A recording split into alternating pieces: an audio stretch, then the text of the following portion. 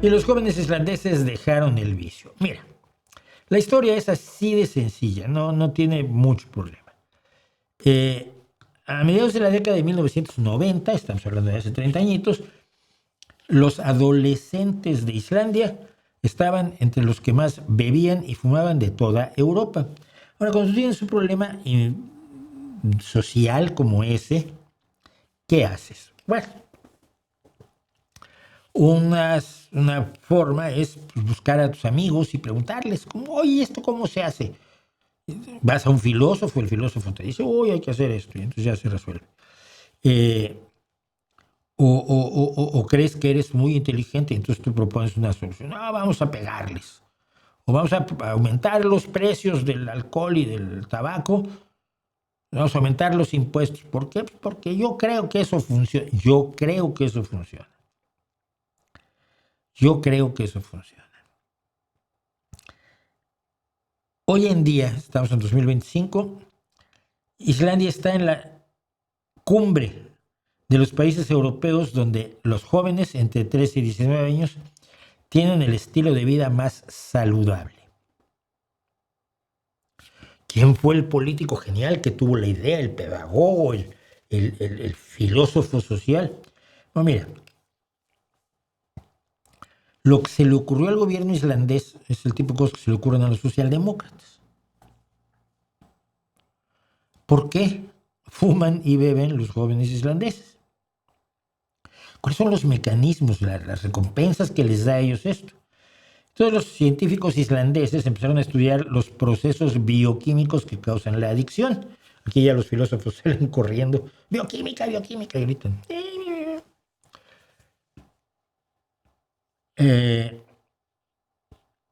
Y el profesor de psicología estadounidense Harvey Milkman, quien era profesor en la Universidad de Reykjavik, concluyó que la elección de alcohol y drogas se relaciona estrechamente con la forma en que el cuerpo humano gestiona el estrés.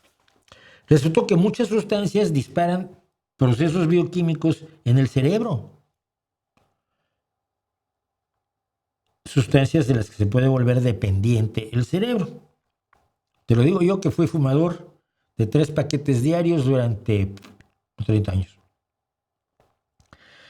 Resultó que los investigadores se pusieron a buscar actividades, los investigadores científicos, no el genio político, buscaron actividades que estimularan los mismos procesos de una manera saludable. Es decir, si lo que quieren es la liberación de ciertas endorfinas, de ciertos neurotransmisores que les hacen sentir cojonudamente bien, pues ¿qué más? ¿Qué podemos ofrecerles a cambio? No para que se vuelvan buenos muchachos que ya no disfrutan, sino para que disfruten muchísimo, pero con otra cosa. Que es una forma totalmente diferente de ver el problema que la forma represiva a la que estamos acostumbrados. Muy de Claudia Sheinbaum, por cierto, de si les ponemos unos impuestos enormes, entonces ya no lo hacen. Dice el doctor Milkman, lo cito a él, uno puede tener adicción al tabaco, al alcohol, a la cocaína, a las bebidas energéticas o a algunos alimentos. Quisimos ofrecerle algo mejor a la juventud. Descubrimos científicamente, no filosóficamente, que bailar, la música, pintar y los deportes pueden disparar las mismas reacciones bioquímicas en el cerebro, pero sin los efectos dañinos. Es que la visión del cura Cartujo, que permea mucho de nuestra sociedad, es si esto lo están disfrutando, está mal, que lo dejen de disfrutar, que renuncien al disfrute, y ese sacrificio tiene un valor social y tiene un valor cultural y está muy bien visto. Y es una estupidez.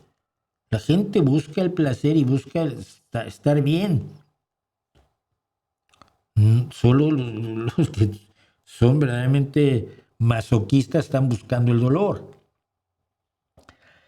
Estas actividades, por tanto, deberían tener el mismo efecto emocional que las drogas o el alcohol, ofreciendo una solución saludable y sostenible.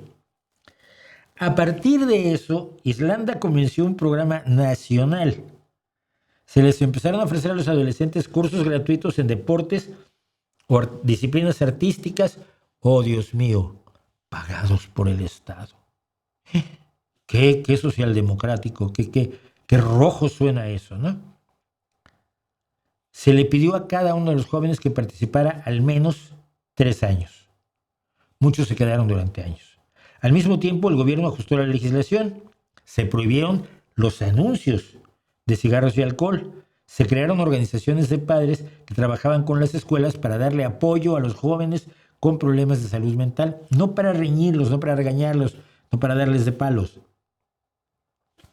La proporción de jóvenes que beben habitualmente disminuyó del 48% al 5% en un plazo de 20 años.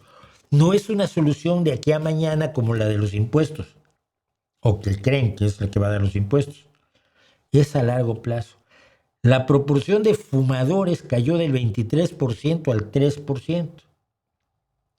Los científicos islandeses recomendaron implementar estrategias similares en otro país, pero la pregunta es ¿quién va a permitirlo?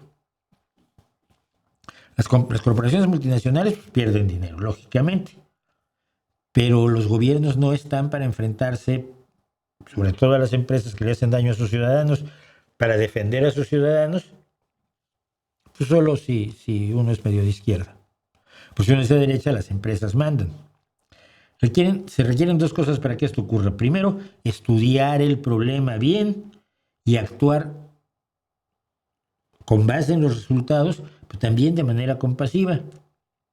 Y segundo, dejar de poner los ingresos fiscales antes de las vidas y salud de la gente. Es un caso que a mí me parece extraordinario porque hace todo lo que yo creo que se debe de hacer.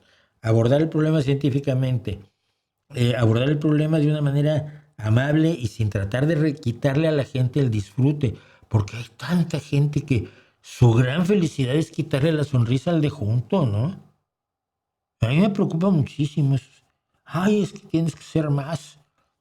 Date de latigazos. Eso es grato a Dios. ¿Por qué?